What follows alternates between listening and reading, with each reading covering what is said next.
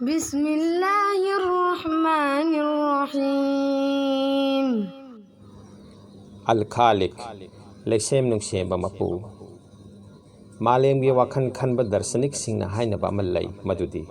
pot punamak ase pot nattaba non being natraga ahangba malang pansidagi masa marom dom oijarapani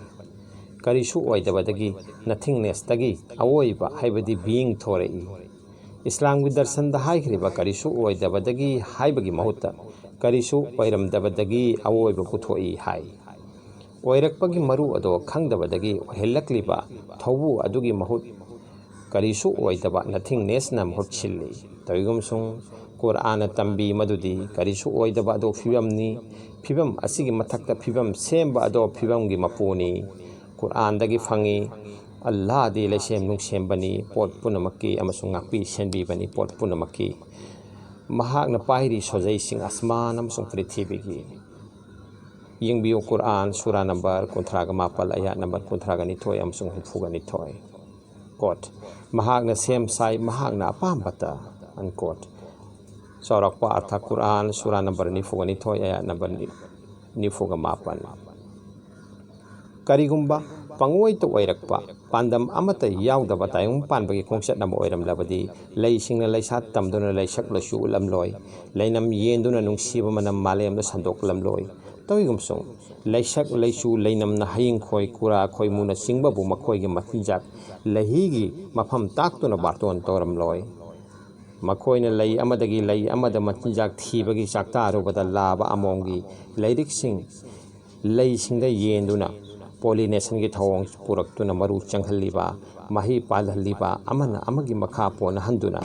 chatha halliba fajakhraba gi alloksingna thallaba taibang panbagi thawong sing uram loi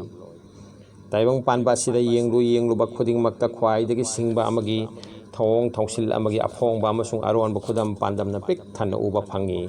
Quran Sharif makna khudam pandam gi larik ni Quran Sharif asimak khudam pandam gi larik ni Miyoiba masada onsinduna hai nasana nasadi yengu ugani magi khusin thorang khudam pandam nasamakta quote o aikhoigi mapu nahaki thaujana madgiyan na konsinduna thami pot punamakpu unquote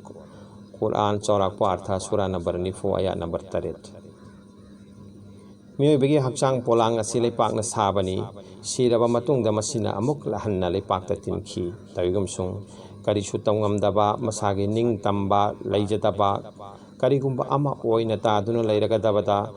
leipaki hakchang sida thawai panba miyoiba oina puthokpi hayu o nabi mahaknani nakhoibu thawai panba oina sembikhiba Chaurakpa artha Quran surah number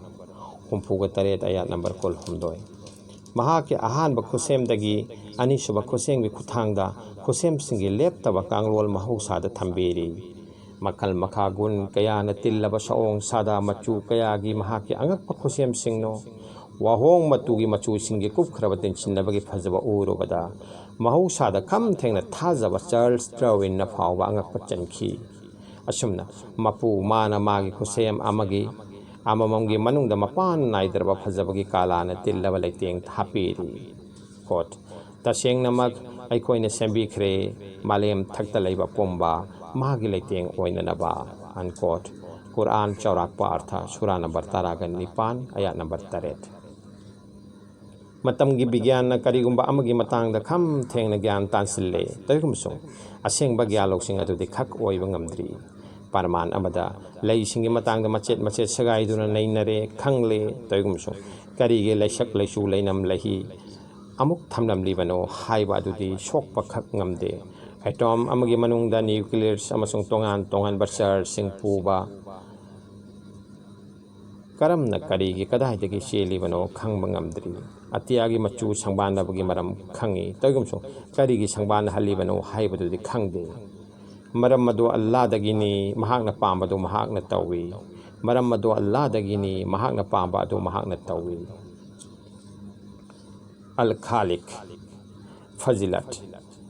Kanagumbi angang leitabina numit humni roza helaga iftar tangba khudingda minglelasi kunma thoirak sola ga charabati mafuna aulad pinabigani masa masu suron tahan bigani